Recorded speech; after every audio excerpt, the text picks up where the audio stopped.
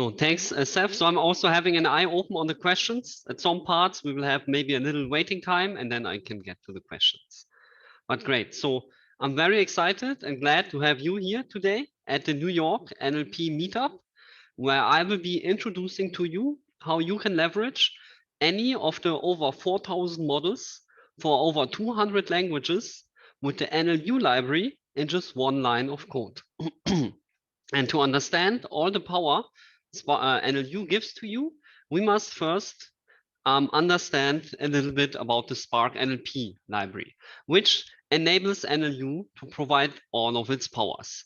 So Spark NLP is a big data library focusing on being the most accurate, most scalable, and fastest library out there. And in just 5 years since its release, it has accumulated millions of downloads and has become the most widely used NLP library in the enterprise and used by many honorable customers and recognized by various technology experts in the industry with numerous amounts of awards. And if you look at the features, you can really see why Spark NLP and NLU are so popular. It satisfies all of your NLP desires, from the most simple pre-processing features like tokenization, stemming, lemmatization, or parts of speech tagging, up to more complex algorithms like entity recognition, sentiment detection, or emotion detection, and many more rarer features like spell checking, unsupervised keyword extraction, and even text summarization and text generation with GPT-2 are available. And today I will show you how you can use any of those features in just one line of code. We will start with some simple spell checking and a couple classifiers for binary sentiment and multi-class emotion classification. Then we get to the parts of speech tagging and named entity recognition. And then I will show to you how you can extract keywords unsupervised from a Bitcoin dataset. And we will also apply to the same dataset NER model.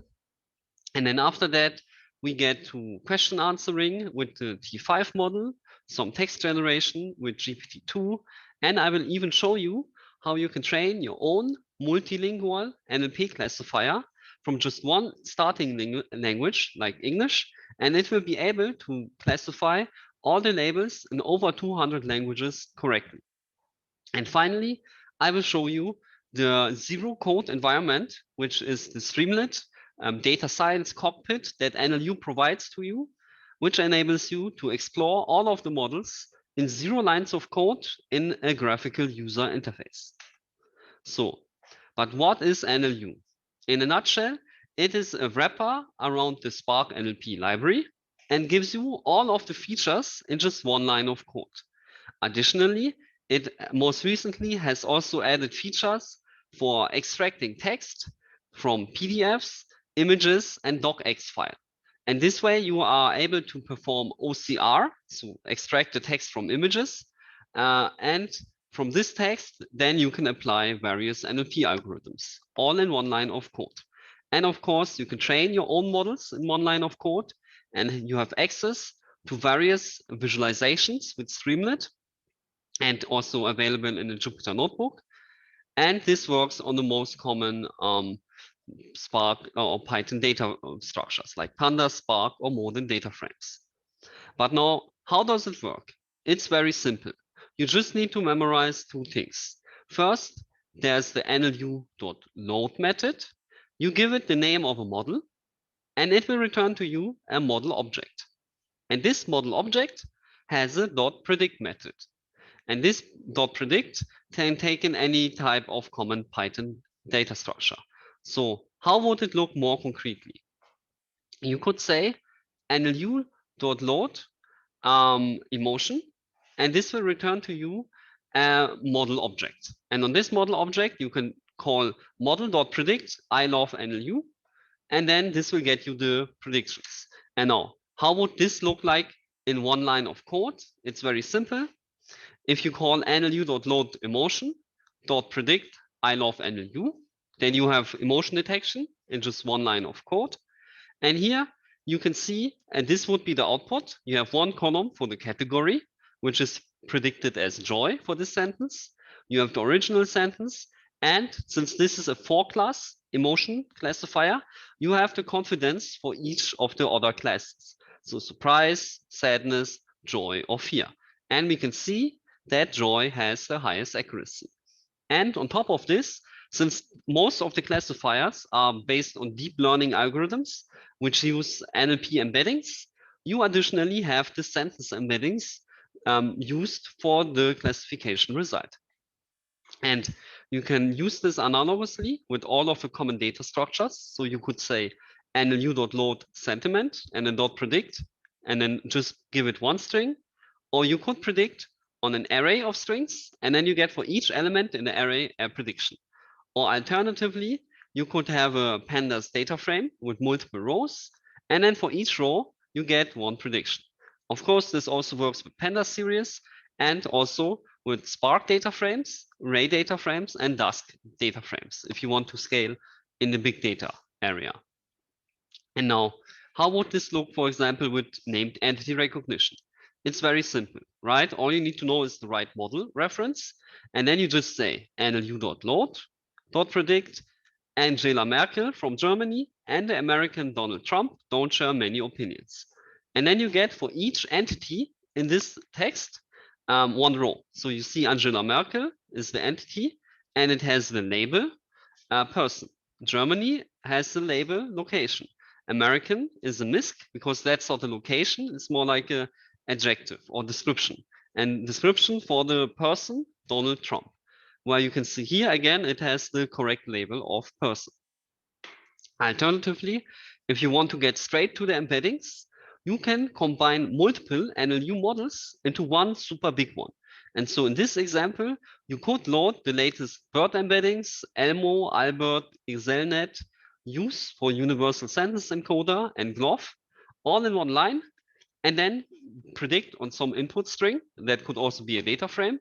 And then you get back a data frame with one row per token. And for each token, you get the embedding calculated for that token. And here's a nice cheat sheet, an overview of some of the very powerful one-liners in NLU. So we have simple sentiment prediction, or if you say classify.sentiment, but you can also specialize it. So there are multiple sentiment models. And if you would say .imdb for this name, you would get a sentiment model that is specialized for answering, that's trained on the IMDb movies dataset. So it's particularly good or suited for movie datasets. On the other side, we also would have the Twitter model that you just get by specifying sentiment.twitter, and also other features like the translator model. You just say en.translate to ZH, and this will translate the English text into Chinese because ZH is the abbreviation for Chinese. Of course, this works also with spell checking, like I like to live dangerous. You just say nlu.spell or named entry. Entities you get with any R, unsupervised keys, word extraction with Yake, and there are many, many different types of classifiers for emotion, spam, fake news, sarcasm, toxicity, and cyberbullying, dozens of embeddings, and various pre-processing steps for your dataset, and of course, part of speech. And now we've seen the rough high-level intro, and we get to the coding part. So if you go to the NLU GitHub page, in case you don't have the slides, you can just Google NLU John Snow Labs GitHub, right? And you can click on the first result. And everything we do today is located in the examples folder. And there's the webinars and conferences folder. And in there, we have the New York NLP Meetup 2020 folder. And here is a notebook with everything we do today, or part of it, because the first session half will be in the notebook and the other half will be in Streamlit outside of a notebook. And so how would you open this? You just click here, open a new tab, and then you have a notebook ready to run. And I have mine already open here and already warmed up.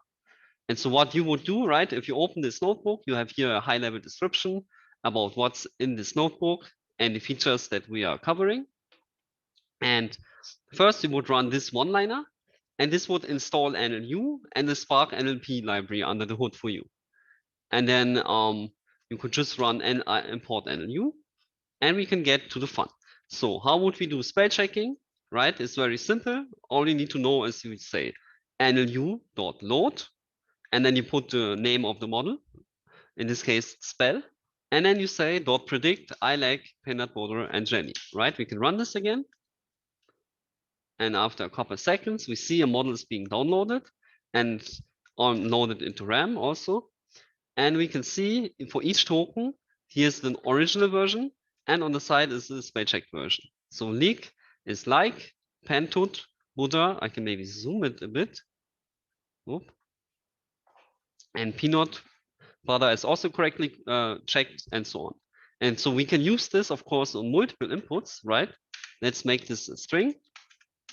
Oops. And let's add another string. For example, I hate, no, not I hate. We could say, for example, oops. I like to live dangerous, right?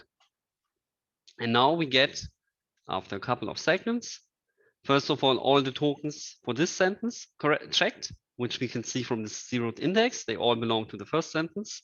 And then after this, we can see all the spell check versions for the second sentence. Like I leak is again checked to like, or dangerous is checked to dangerous, right? And then of course you can get one prediction or one row per token, which is basically the output level token.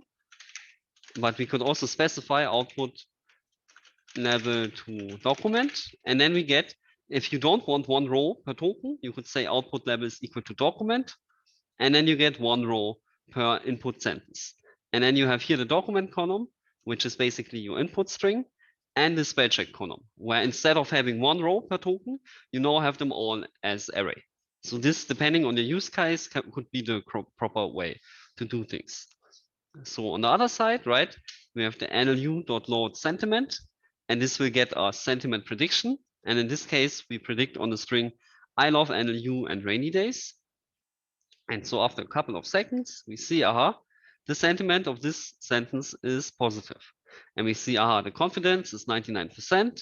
We again have the sentence embeddings and also word embeddings used for this. Cool. And now we could also add a couple more sentences, right? We can just play around with this a little bit. So we can make this an array. We can say, I love peanut butter. And we could also say, I hate jelly. And now we can run this.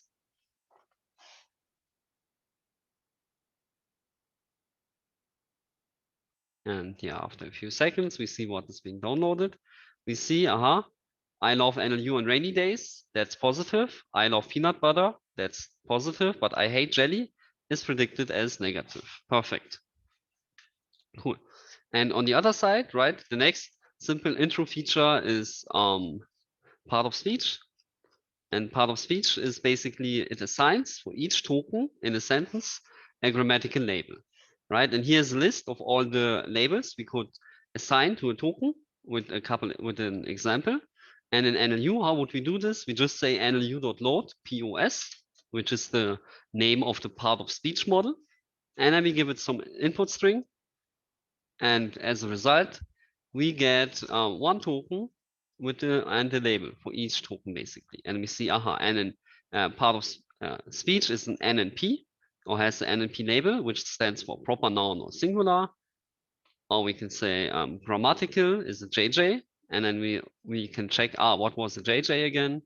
And then we know, aha, okay, we can see here, JJ stands for adjective. And this is very powerful because you can use these part of speech tags to filter your data set for the most occurring adjectives or nouns, for example, which can be very useful and beneficial for data analytical tasks. On the other side, we have the named entity recognition, and we can first load the standard NER model. We could say nlu.load NER, and then we can run this. And this will first of all download the standard NER model for you. And you can find out about all the models in detail. But first we can see here, aha, John Snowlabs is a person, the American is a person, John Biden is a person, and NoRP is an organization basically. but we can also play around a little bit like with this. We can say Billy and Jimmy, North New York.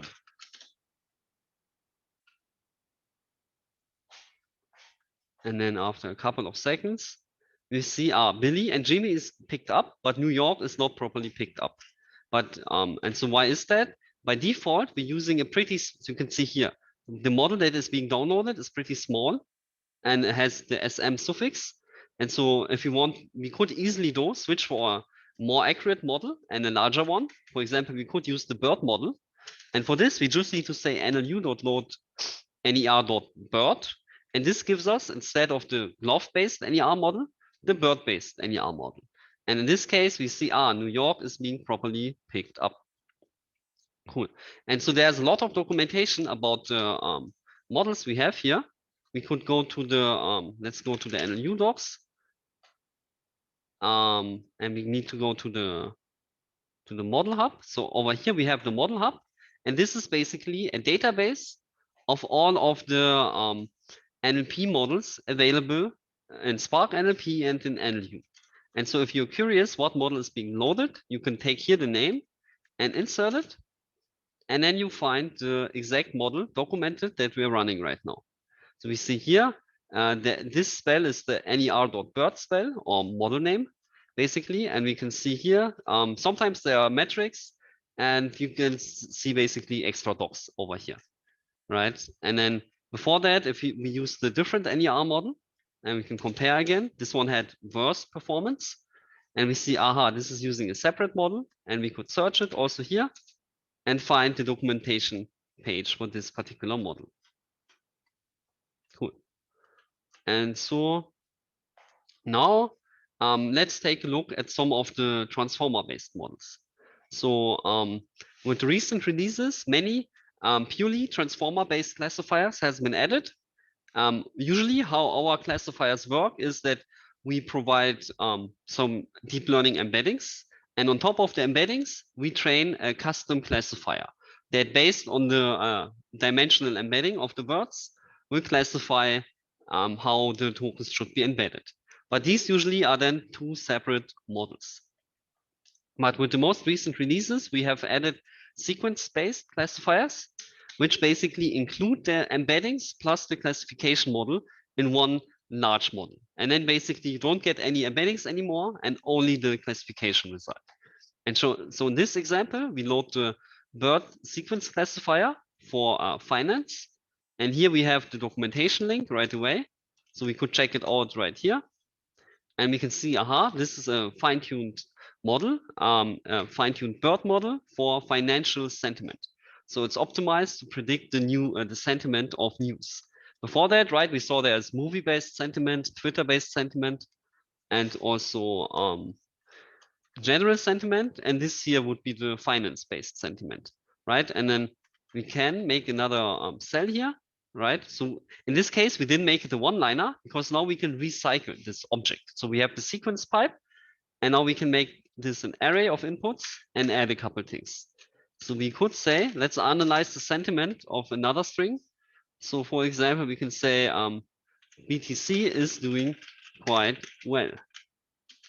Or you can say TSLX is crashing. Or S&P has very good returns to be expected. And then we can run on this. And then we get for each row a sentimental prediction. And we see here, TSLX is crashing, is negative. BTC is doing quite well, is positive. Stocks rallied and the pound gained is also positive. Or S&P has good returns, expected returns is also positive. So this is already a very powerful classifier, in this case for financial news. But on the other side, we have here another example prepared. In this case, it's another sequence classifier. So the first one was based on standard bird, right? But this one is based on the distill bird algorithm. So there are dozens of transformer embeddings and architectures we support. In this case, it's the smaller distill bird, which is usually faster and only a little bit less accurate than bird. And in this case, we predict that this string is belonging to the consumer finance category. So we can take a look at it. Whoops, it's a bit long. So maybe we add a new line or just take a look, right? Stellar Capital Services Limited is an India-based non-banking financial company, loan against property management, consultancy, personal loans, and unsecured loans. So this is about a consumer finance company, right? So we can add another string that's a bit shorter. Let's add, let's say we can say the price of oil is going up, or we can say the silk industry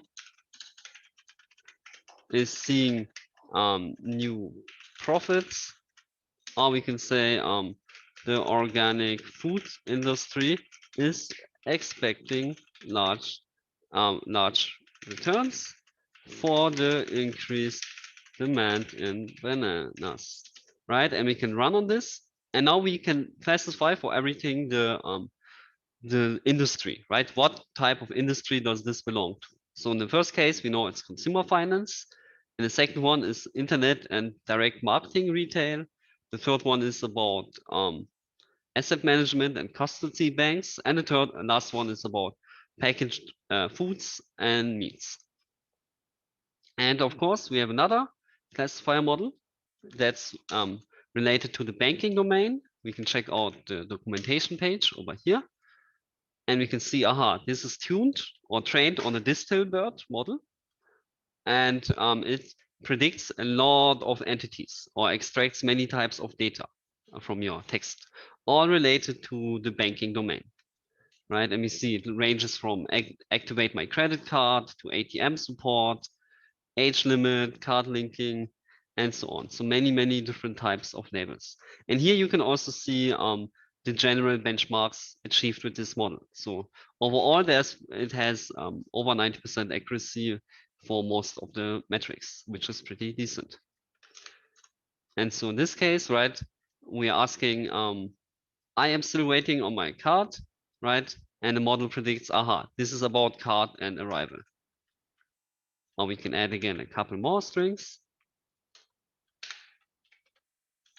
We could say, for example, I lost my secret card number, or I lost my credit card, or we can even say the transfer app is not working. Oops. And we can predict on this. And then we see, aha, the first statement is about card arrival. The other one is about lost or stolen card.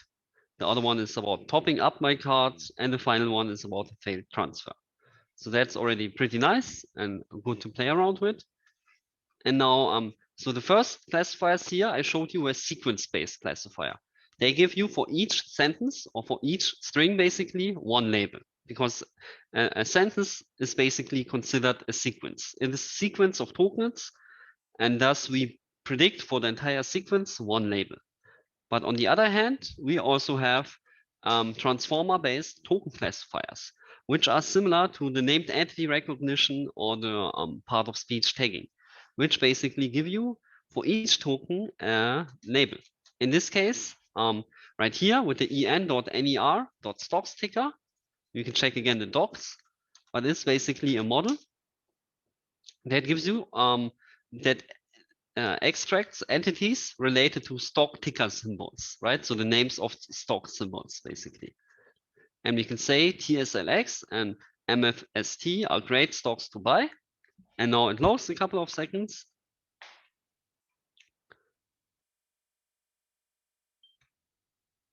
Yeah, just give it a couple seconds for loading. And also, by the way, if you're running this in Google Colab, you might have to restart your notebook between some of the models, because they do take up a lot of RAM, and after a while we might encounter some error, but usually most errors are resolved in Colab by restarting your runtime, because usually there's limited amount of RAM. Cool. While this is loading, okay, now we have it already. So right, so we see here for each token now the label.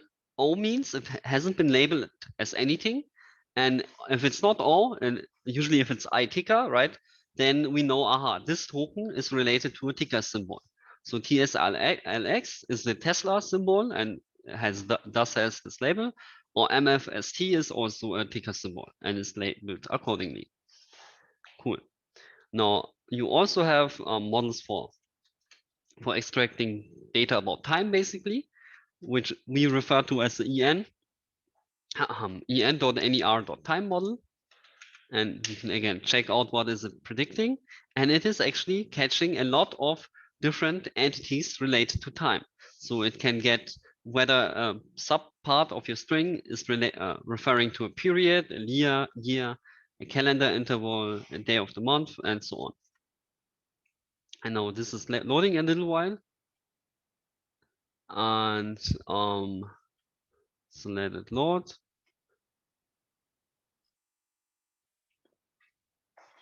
Okay, in the meanwhile, maybe I can take a look at one or two of the questions. So Christopher Ball is asking, can the library be used outside of Spark or without Spark?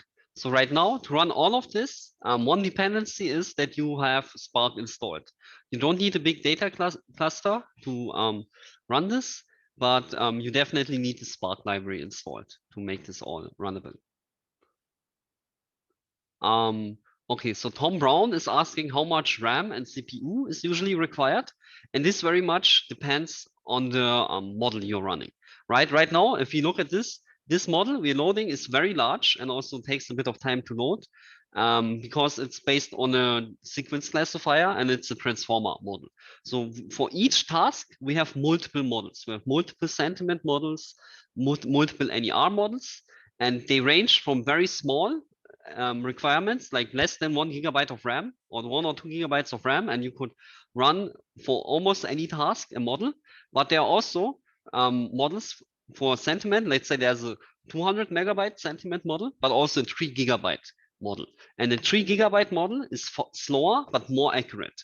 But on the other side, if you say, I want to tune for size, you can use the smaller models. All right, and now after running this, we see,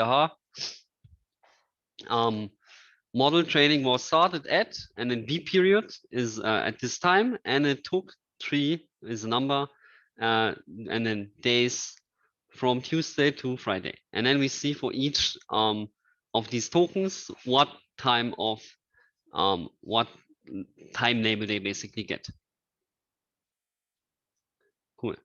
And now let's apply NLU to a data set. So really NLU becomes fun if you have a data set at your fingertips that you can play around with. And right here, what we do is we download a small Bitcoin data set with news and headlines about the Bitcoin world. And so we can look at the data frame again here. It's just one column. And all the column contains is just headlines and news articles about Bitcoin. And we will see how we can apply an NER model and other models to this data set to extract the distribution of named entities and also calculate the distribution of sentiment and other features.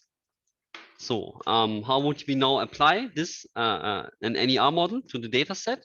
All we need to do is we say nlu.load NER, and then we .predict on the data set, and that's it. And also you can alternatively, we can specify the output level. In this case, it's chunk because we want 1 row per chunk. Or in this case, a chunk is an entity. So we want 1 row per detected entity. And so now we're running the smallest model, right? You can see here, this model has small in the name. This means it's a smaller and less accurate model for named entity recognition, right? And then we can see, for this sentence, we get entities related to time. So it extracts the week 51. Or National Australia Bank, it detects Australia, right? So we have here the document, the named entity, and the detected entity class, and also the confidence. In the first one, we don't have any entities, so it's none. Or the second sentence has 2 times the mentioning of Chinese. So it has 2, right? We get 2 times the Chinese extracted, and so on. And so now we could look at this all with our own eyes and go through this, but this takes a lot of time, right? We're doing data science here, and that's why we can easily visualize the distribution of named entities, right? How would we do this? Let me just show you. So we have the NER, the NERDF, right? And on the NERDF, we use the entities column and then say, right, if we do this, oops, we need a dot there.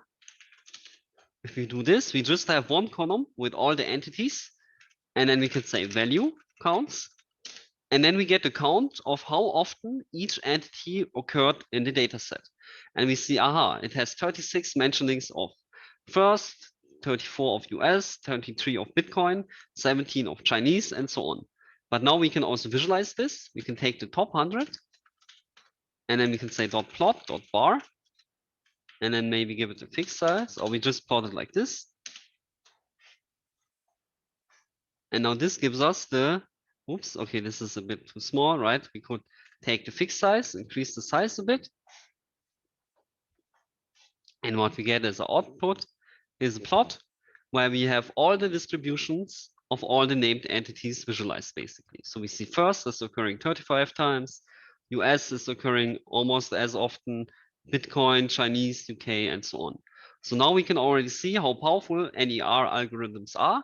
With one line of code, right, we can analyze thousands of headlines and see what are the headlines really talking about. What are the topics related to Bitcoin right now in the data set? And now one cool thing, of course, is entities have labels, right? Up here, let me just go there as a reference. I showcased to you, right? Where was it? Here. Each entity can be labeled with a specific label, right? An entity is either a person or faculty, an organization, a location, a product, and so on. And with the NER model, basically, you can filter now for the most occurring locations or persons in the data set. Because right now we have a big list, a distribution of everything. But how about looking at only the persons occurring in the data set? And so we can basically use the NERDF and filter on the entities column and say it should be equal to person, right? So let's just, oops, take a look at the data set again, right? We can filter this class column to be equal to person and then plot the distribution. And so this is exactly what we do right here. Right, we filter here and then say entities, NER.value counts, get the top 50 and then plot it. In this case, and now we see the most occurring entities labeled as person. So there's a lot of occurrences of Ross Ulbricht or Josh Weiss or Richard Branson or Andreas Antonopoulos, right? And now we already know, aha, now what are the most occurring people in the data set, right? So this is also already very powerful. Alternatively, right, we can also, instead of looking for persons, we can filter for the entity label of GPE. So and GPE stands for country, basically. And so now we can filter for the most occurring countries and we see, aha, in this data set, US is mentioned 35 times roughly. UK is mentioned 15 times, just as the same amount as China. A little bit of Australia, Canada, and then we see a little bit of California, Montreal, Zimbabwe is once or twice mentioned, and so on. So already very powerful. Of course, we can also filter for products occurring in the data set, right? And this works the same way. We just specify the label, and then we get the distribution of most occurring products. And in this case, we filter out for black market reloaded is the most occurrent one. And alternatively, we could also filter for organizations, right? We just set the NER class to org and then used exactly the same code snippet. And then we see, aha, the most occurring organization is Bitcoin, BTC, CNN, Senate, Bitcoin China, and PayPal. We see some of this here, even the FBI and the IRS.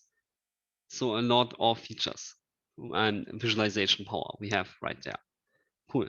And so on the one side, this was only the NER algorithm. And NER gives you, as we've seen, it extracts relevant pieces in your text and gives them a label. And then we can filter by this label. This, of course, takes time and takes a lot of computation power, but something that is more, that is faster and not exactly like NER, but a bit similar is the Yake keyword extraction algorithm. So Yake stands for yet another keyword extractor, and it basically extracts relevant keywords from your data set. So And this all unsupervised. So the keywords, right, they don't have a label like the NER entities, and they just are calculated based on some statistical properties. And so how would you get the Yake model loaded? You just say nlu.load Yake, and then you say .predict df, and then you have a Yake df, and in each row you have the keywords extracted for each sentence. And then we can simply, with these extracted keywords, we can again calculate the distribution of keywords and see how often each keyword appears in our data set. And in this case, right, it gets the keyword Bitcoin is occurring 350 times almost. Bitcoin Z is a separate keyword, right? And with some pre-processing, we could even merge Bitcoin and Bitcoin Z into one column.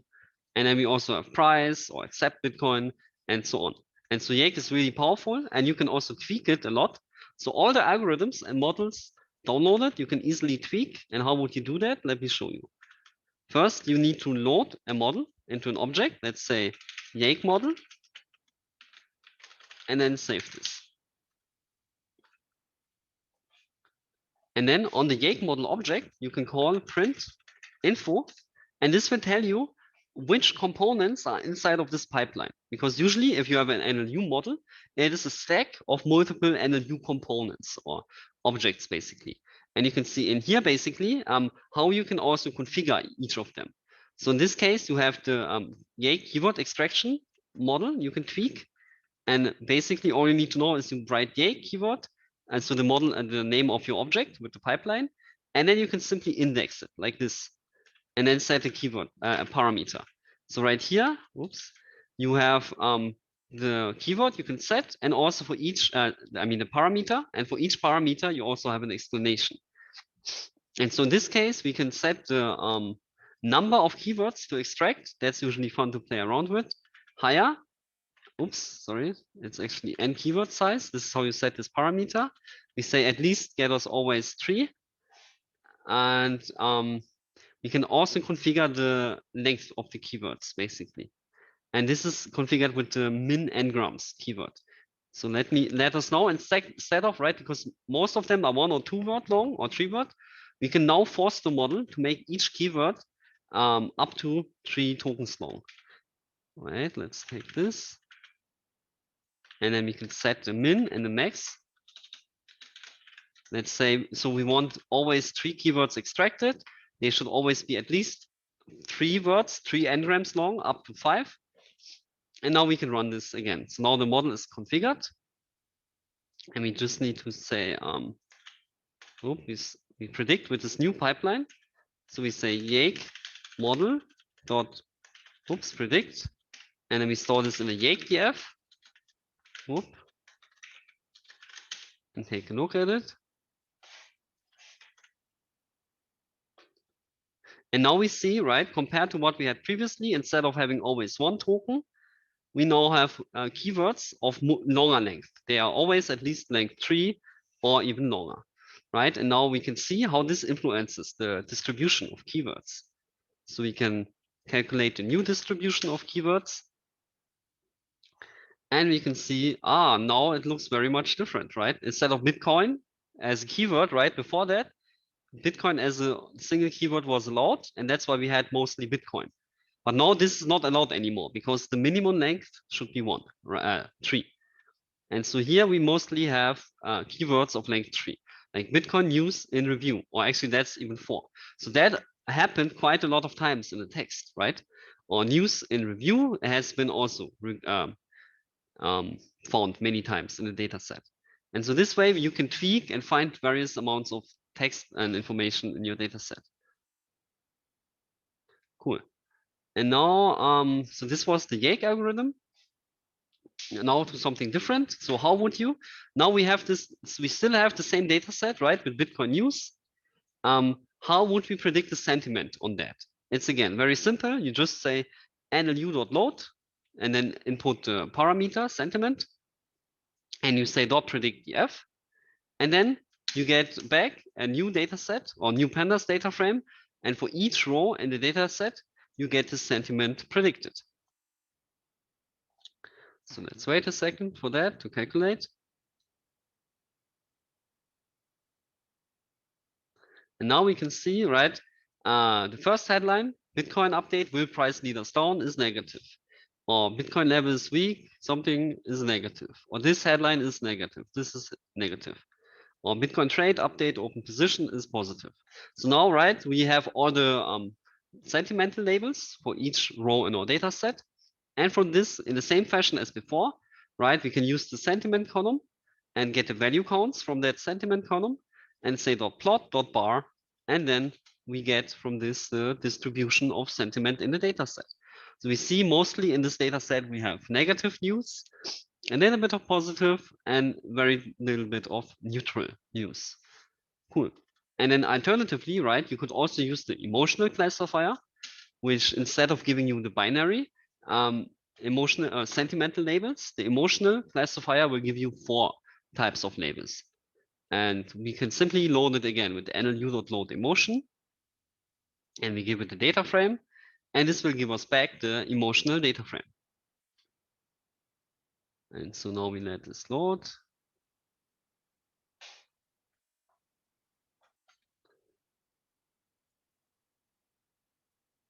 And basically, yeah, so after a couple of seconds, we will get the data frame, and it will similarly, right, as above here, has one column with the label and one column with the confidences. And the column name will be emotion. So then we can just say, when this is done, we can say emodf dot emotion dot value counts. And then we would get the emotional distribution. This just wants to take a little while. And yeah, but we would see, right, the most occurring label is joy. Now it's done, right? We have the emotion, the confidences, and also the sentence embedding used. And now we see this classifier tells us there's a lot of joy, a bit of fear, surprise, and sadness in the data set. So very powerful. Cool. And now we get to the next section, the T5 segment. So ideally for this, you would restart your notebook like I did here, right? You click runtime and then restart runtime, because you might need to clear up your RAM, or because you might, all of this, what we're doing right now is loading a lot of models, and it takes up a lot of RAM. And so sometimes you just have to restart. And now I restarted, and now here my RAM is all free. And now we get to T5.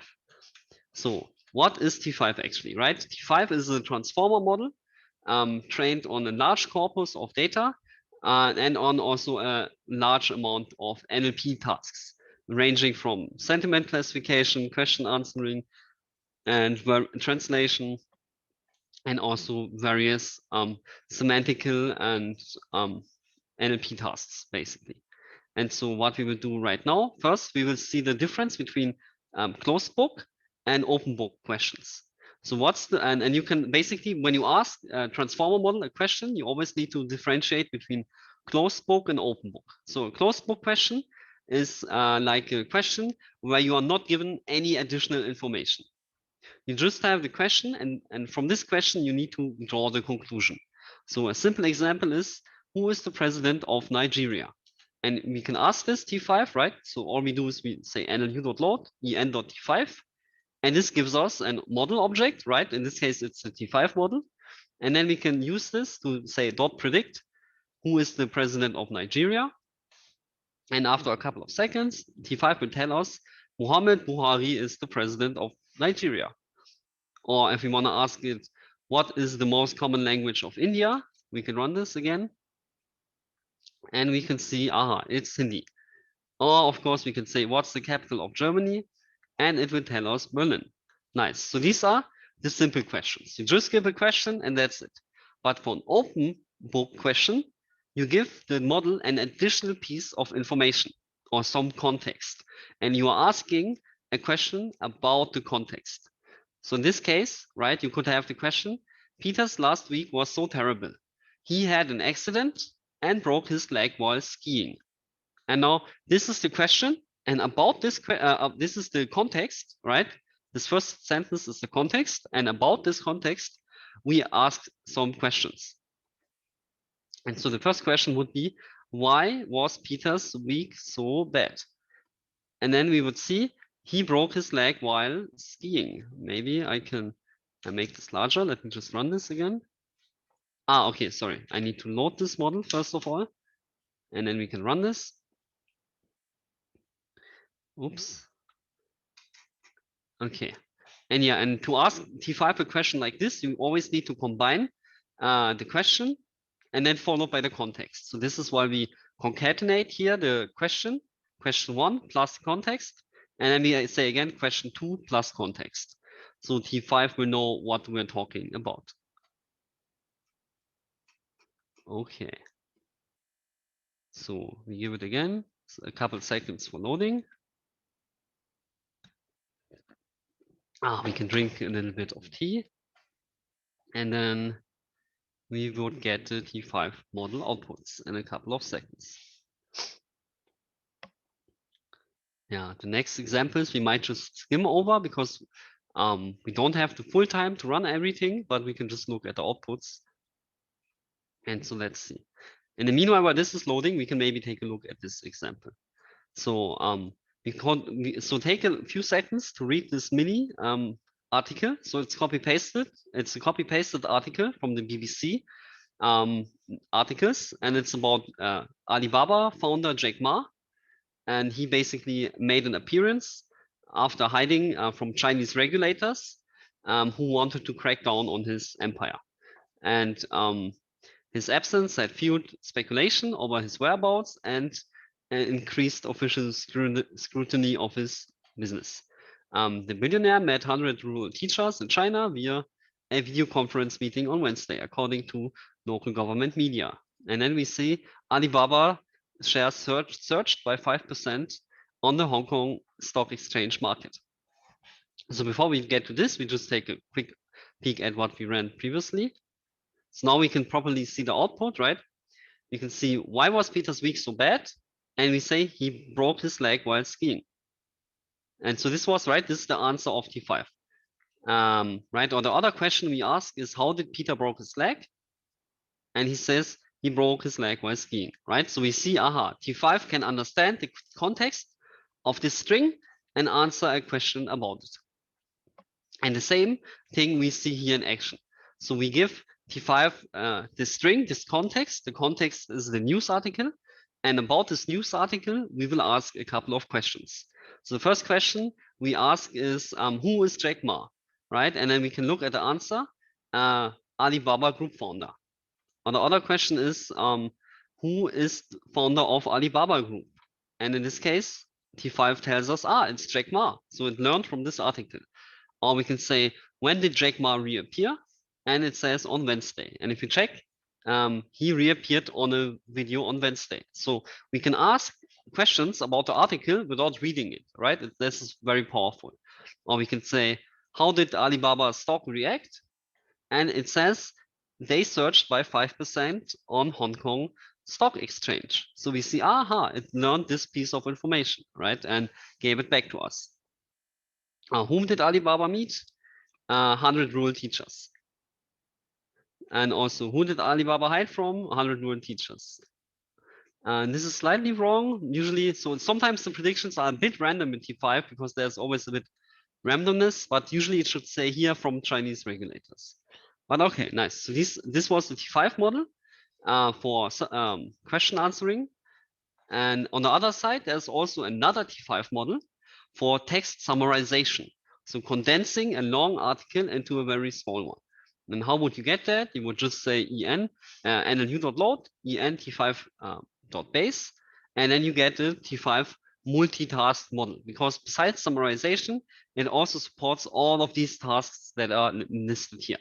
But the most interesting task for us today is the summarization. And basically, we give it here a very long article, right? Again, copy paste it somewhere online. And we can check here, how long is that article? The original article is 1,277 characters long. And then we can configure the T5 model, right? That we just loaded here and set the task to summarize. And then we can say T5 multi-model.predict on the text. So this long text. And then we see, there is now a T5 column. And it is now, instead of having 1,200 characters, the summarized text contains only 112 characters. So instead of reading all of this, we can just read this summary here, which says MasterCard said on Wednesday, and was planning to support some cryptocurrencies on its network this year, right? So this is the core statement of this news article. And it's very impressive that we went from 1,200 characters to only 112. And so that was the summarization T5 model. On the other side, there are also other T5 models fine-tuned for other tasks, like generating SQL queries from normal text. So if you can load the T5 Wiki SQL model, and it will, given some normal human string, try to generate a Wiki SQL entry. And so we can ask how many customers have ordered more than 2 times. And here we can see select count from customers where table is equal to orders. You can just take a look over here because this is not fully loaded, right? And then, yeah, the output would be select count customers from table where orders larger 2. And so, right, this could be in your SQL database exactly the query you would need. Or alternatively, there's also a T5 model for grammar correction. So if you have the sentence, he are moving here, it will correct the sentence to he is moving here, right? This is not a spell checking error, but instead a grammatical error. And this requires generating a new text with T5 in this case. Or also you have active to passive style transfer. So you can change the style of your text. In this case, you can say, I am writing you a letter. And now when it's converted to passive, it says, a letter is being written by me. Or also you can say informal to formal to informal style transfer. So you could say, please leave the room now, or just leave the room now, which is a bit more informal. Or alternatively, the other way around, from an informal text, you can go to a formal style transferred version. So when you have something like who gives a crap, T5 can change it to who cares, which is slightly less informal because crap is pretty informal to say, right?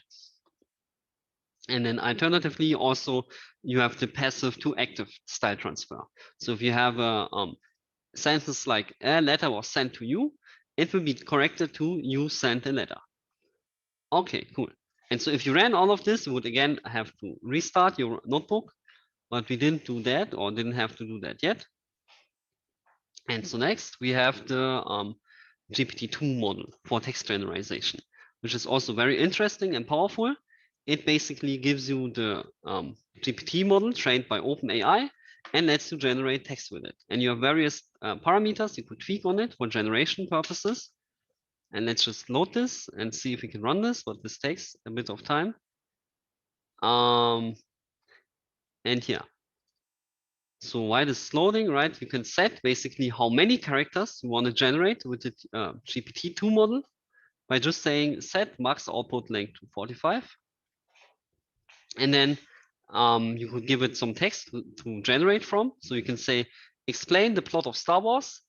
And then it starts with the Last Jedi. The plot was of the last Star Wars is a story about a young Jedi named Obi-Wan Kenobi, who sent to planet Tatooine to study the Force. And so you could run it like this, right? Alternatively, right, you can also increase the length and get a longer prediction. And so this usually takes, GPT-2 is quite large, so this takes a little while to run. In the meanwhile, we can take a look at the other examples and also a good example of good versus bad prompting. Because with GPT-2, you basically have to provide some text prompt, basically. What with this input we are predicting on is like what we would call a text prompt. And based on this, you get different inputs. You could, let's say you want a list of movies or some movie suggestions. So you could first say, suggest me a good sci-fi movie. And then T5 will say, I'm not sure if I'm going to be able to get a good, right? So that is a pretty garbage prediction, right? It's not at all what we wanted. What you can do instead is you can say, generate a top 10 movie list.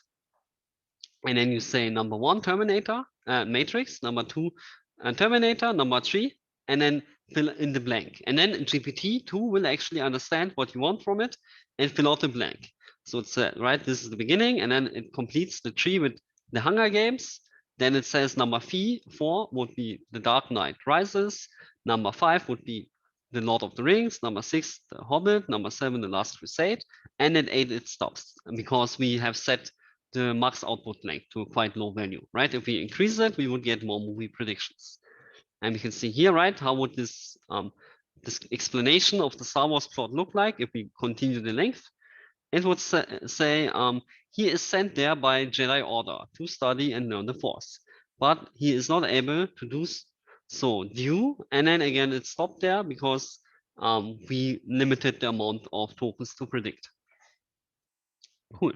So that is the rough overview of GPT-2. Now we just get quickly to the translation. And so in NLU, you can translate between over 200 languages with the Microsoft Marian models, and also in just one line of code. All you need to know is that you need the ISO language code of a model of a language. And then you just say, if you want to translate Turkish to English, you use the start language code, so tr.translate to en. Or if you want to translate English to French, you would say en, translate to fr, right? Or French to Hebrew would be fr, translate to he, right? And then here we would download again the Bitcoin dataset and load it into a data frame. In this case, we don't run it because we are a bit short on time, but we could just say, right, en translate to de, and now we have a German translator pipe from this. And on this German translator pipe, we can say predict on the data frame, and then we have the German version of all of the Bitcoin news headlines, right? So we say, see Bitcoin price update, will China leave us down? In German, it would be Bitcoin price update, wird China uns nach unten, right? So I can tell this is already pretty well translated. Or Bitcoin survival becomes Bitcoin überleben, and so on, right? And like this, in one line of code, you can translate the entire data set from English to German. Or if you want English to Chinese, right? You just swap the DE here to ZH, which is the identifier for Chinese. And now we translate the English sentences to Chinese sentences, right? Or alternatively, we could even do English to Hindi with HI, and now we have Hindi text generated. So this is already very powerful. And now the last powerful coding feature I want to show to you is the is training your own multilingual classifier, able to classify on over 100 languages with just one starting language. And basically, this is made possible by the powerful Labse embeddings, or also possible with the latest Roberta embeddings. And basically, you can use these embeddings because they support all the languages at the same time. You can use the embeddings to train a model on, in this case, we have a French data set, a French sentimental data set, with one column is the text, another column is the label, right? And so we have here various tweets in French. And here you see how you can train your own model in NLU, and it's very simple. So in the beginning, you just need to specify two models. On the first one is even optional, right? So you just specify first the embedding you want to use, and then you say what you want to train. So in this case, we say XX embed Labse to get the multilingual embeddings, and then we say train sentiment. And this is all we need to do. And then optionally, we can set the epochs in the learning rate, and then we can fit on the data set. And after fitting and predicting on the data set, we can see we already get a very high F1 score of roughly 90% for most categories. And that will already then give to us the fitted pipeline or the fitted model. And we can see here a couple of examples, right? All the training data was French, but now we can try the model out on English data, or we would try it if we took the time to train, right? And we would say fitted pipe.predict, this movie was awful, and it says positive in this case, which is maybe because it wasn't trained long enough. Or this movie was great, and it says positive. Or this movie was, der Movie war echt langweilig in German is negative, and der Film war echt klasse becomes positive for German. Or same for Chinese. Here is the movie was awful and it's negative, or the movie was great and it's positive. Or for Afrikaans, right? This movie was amazing in Afrikaans is positive, or the movie made me fall asleep in Afrikaans is negative. And here are a couple more examples for Vietnamese, Japanese, and many more features.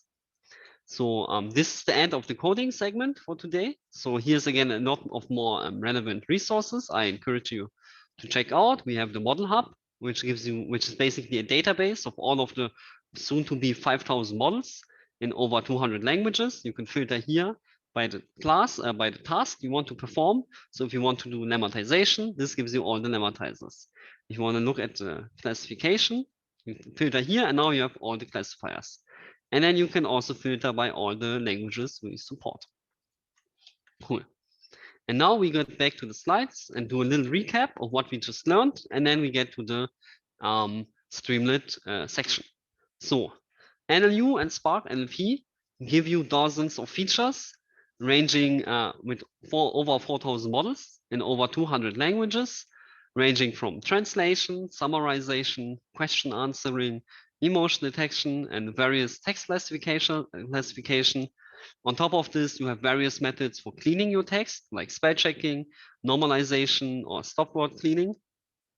And you have various tools for understanding the grammar, like with stemming, lemmatization, part of speech, dependency parsing, and much more. And today we only saw the open source features, but on the left side, there are even many, many more algorithms, models, and features on the licensed healthcare side with models specifically trained for the domains of clinical, anatomy, drugs, demographics, risk factors, and sensitive data, which enables features like anonymization and also more advanced NLP algorithms like relation extraction, assertion, status assertion, clinical entity linking, and even more clinical NER models. And so here you have, again, also an overview of all the supported transformer architectures, which give you just normal embeddings, or also that are available as embeddings, as token classifiers, or even sequence classifiers. And it ranges from all the classical Bertology models like BERT, Electra, Albert, or Roberta, or even some of the more latest models like Is Nlu Roberta, or the Stillbird, or even the long former. Here's a little bit of explanation for all of the embeddings that I encourage you to check out later if you have some of the time left, but we are running a bit short on time. So that's why I'm just going over this. Yeah, most of the transformer models you can train yourself in Hugging Face and then bring them to Spark NLP and NLU to use them in production. And yeah, you learned how to use the multilingual embeddings like Labse or XLM Roberta and to train your own multilingual classifier, right? You can train only on English data, and the model is able to predict on all of these hundreds of languages correctly. And for all of this, you just need to know nlu.load and give it the embedding name, give it the task you want to train on, and that's it. And then you have your own multilingual classifier in one line of code. You have translation available with the powerful Marian NMP model, which enables you to translate in over 200 languages and in just one line of code, of course. We've seen the T5 model, which enables you to answer questions, summarize text, and do various other tasks, which are not so super relevant, but also powerful in the right setting. And usually they are related to language, natural language inference and language deduction tasks. On the other side, there's also the GPT-2 model available in one line of code for generating sequences or generating text from some basic input prompt. And we saw the difference between a good and a bad prompt. So we saw that if you just say GPT, suggest me a good sci-fi movie, you don't get very good results. But if you give it the proper prompt, like generate a top 10 movie list, and first the Matrix, second Terminator, and third, and then it starts to generate, if you see here in the outputs, right, proper results like the Hunger Games, Dark Knight Rises, The Lord of the Rings, and so on. And then there are lots of more things available and possible in NLU that we didn't check out. There's one very good tutorial on how you can use sentence similarity with Bertology embeddings or T5, even though we will see a little bit more about this later today. There are also very good notebooks on how you can perform T5 visualizations, Tesla visualizations with NLU, and to visualize all of the embeddings, which we will also see a bit more. later today, and also lots of visualization features. So you can visualize the results of an NER model. If you just say nlu.load, NER.this, Donald Trump from America and Angela Merkel from Germany don't share many opinions. This will output for you this little graphic. If you're in Jupyter Notebook, it will render in your Jupyter Notebook, but you can also get it as a straight HTML file. And it will basically highlight the entities detected in your text, like Donald Trump or Angela Merkel, and also the locations. There's also a visualization for dependency trees that you can get if you just say nlu.load and then say dep.typed and then this, and then you just say .this, and this will then visualize for you the dependency tree structure. And then finally, on the healthcare side, you can assert the status of entities. So if you have a string like the MRI scan showed no signs of cancer in the left lung, you can detect, the first entity, the MRI scan, is it of type test and it is present, that is the status. And cancer in the left lung is a problem and is absent. So the status is that this is not present in the patient. Or you also have entity resolution. So that is also a healthcare feature and you can visualize that. So for each named entity, you can resolve it to a common terminology and give it a code. Like in this example, you give all the medicine, the RX norm codes, so medical codes for the medicine basically. And you can also visualize the relationship between entities. So if you have a string like he developed cancer after a mercury poisoning in 1992, you can detect that the cancer happened after the mercury poisoning. And now here's an overview of the all the visualization features you have. So it's just a quick cheat sheet. You can visualize NER, dependency trees, medical NER and assertion, resolution, and relations. And now we get to the last segment. So on top of this, this was all required you to do one line of code, but now on top of this, there's also the Streamlit graphical user interface to explore all of this. And this is what we are going to introduce now. So you have many features there. On the one side, you can calculate the similarity between two sentences using various word embeddings. As you can see here in this screenshot, we have two sentences, and for each of them, we see how similar they are to each other using various embeddings and similarity metrics. On the other side, you can also visualize your embeddings and in 1D, 2D, or 3D, because normally embeddings are 100-dimensional or more, and you cannot really look at this with your own eyes. But with the Nlu library, you can reduce the dimensionality using manifold and matrix decomposition algorithms to 2 or 3 dimensions or 1 dimension, and then visualize them in the UI. And here's a quick cheat sheet of all the available features. And now we take a look at how to use them actually. So you can just visit this link here, and then you need to open up a terminal now. And to run this, what we want to do. So first, let me maybe go into my virtual environment. And we can run the first command.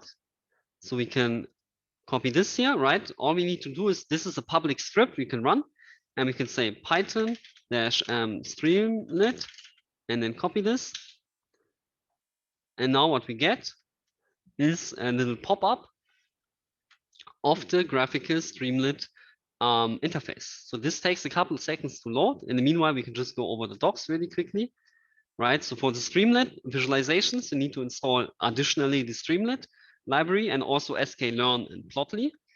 And yes, there are many different building blocks, basically, ranging from the dashboard, which we are going to check out now, but also specific Streamlit building blocks for all different types of applications, like NER, similar text similarity, dependency trees, classification, token features, and various token embedding dimension reduction techniques for token embeddings, sentence embeddings, and chunk embeddings. So now this takes a couple more seconds to load, so give it some time. In the meanwhile, yeah, you have here the nice overview of all the building blocks and also a couple of GIFs that explain to you how this stuff works. So I definitely recommend going through the Streamlab Visualization documentation. And yeah, which it explains all the parameters you have basically and how you call these methods. Okay, cool. And now this is almost wrapped up. So what we have here, right, in the middle, you have basically your text inputs. And on the left sidebar, you basically have ways to configure which models are being ran. And so in the middle, if you first of all have an NER model running and a dependency tree model, for which we see here the dependency tree classified. So we could update this like with, let's say, I love Nlu and whoops, and peanut butter. I also love New York. And we can run this and hit enter. And after a couple seconds, this should update. And while this is updating, I can show you the other stuff. So basically you have another input for named entities, right? You can input here your named entities and they will be visualized with the NER model selected here. And you might see, there's a bug. I love Streamlit. Streamlit is not classified. That is correct because we have a quite small model loaded by default. But if we swap it out for ner.bird, it would pick up the the other model. Okay. Now we see here, right? The dependency tree is updated for the new string. And we can see for each token, first of all, in the bottom, the part of speech label. And with the edges, they tell us what is the dependency tree relationship. Because between each token, there's also a relationship. On the other side, right, here we have the NER input. We can also add Willie and Jimmy, North New York. And run this and see if this is being picked up.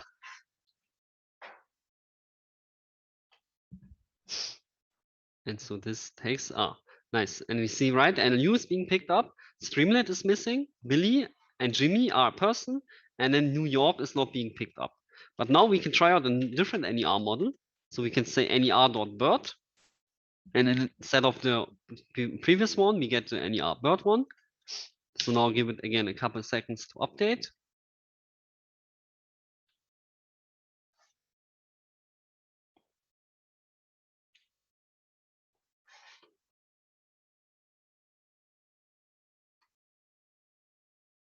Yeah, this usually is a little bit heavy on your machine, but nice. And question, I think we've been going for quite a long time. It would be good to wrap up now. Okay, sure. Yeah, I can wrap up. Give me 1-2 minutes and then I'm wrapping up. Sounds good. And basically, right, you have here the NER visualizations, and then additionally, you can look at the sentence similarity between each token here and visualize the similarity and pick additional embeddings. And also you have token features that you can all check out from the token classifiers and text classification results. And finally, you have here also the embeddings visualized in 1D, 2D, and it's loading right now, also 3D. And this is very cool because now you can visualize all the embeddings, in this case bird, and all the tokens. If you mouse over, you can see what is the name of this dot and where is it embedded in space. No, and yeah, I encourage you to check this out more in detail. There are many more embeddings you could load into. And now I'm just wrapping up with the final few slides. And so, yeah, this was a rough high-level introduction to Streamlit. Definitely check out more about it in the docs. And now just a quick glimpse of what we didn't cover today is Nlu OCR, which enables you to extract text from images, PDFs, or documents in one line of code. So you can say nlu.load image to text and then give it an image, and then you get the text extracted. Or you can use a PDF and then just give it the path of the PDF, and then you have PDF to text. You say nlu.load PDF to text, and then you get the data frame with all the text. This works the same way with docx files, so Word files. And of course, you can stack OCR and NLP models. So you can say image to text, space NER, and then give it an image file, and it will find from this image, right? This is a screenshot, it will find all the named entities. And so here's an overview of all the NLU resources available. And finally, one last feature I want to show you is the Nlp Server. Oops, it gives you all of the NLU models and Spark NLP models available behind a simple REST API and a Docker container. And it has a similar GUI to what we've seen today, where you can test out all the spells and you can basically set a simple REST request and get the result of each of the models behind the simple REST API. And here's another example for that. And this brings us to the end of the presentation. So I would like to thank you very much for checking it out, and maybe we can take a look at a few of the questions. So thanks very much for this talk, Christian. It's a very rich environment, obviously. You have your email address on the screen there, or you did a second ago. Sorry, yeah, let me show that again, yeah. Yeah, so if you have questions for Christian, send him a note at this email address. And please come back for our next program, which I have forgotten the date already, but is coming up in just about 3 weeks with speakers from LNAI on the McClaw question answering. So once again, Christian, thanks for presenting today, and thanks to everyone who attended. That's wonderful.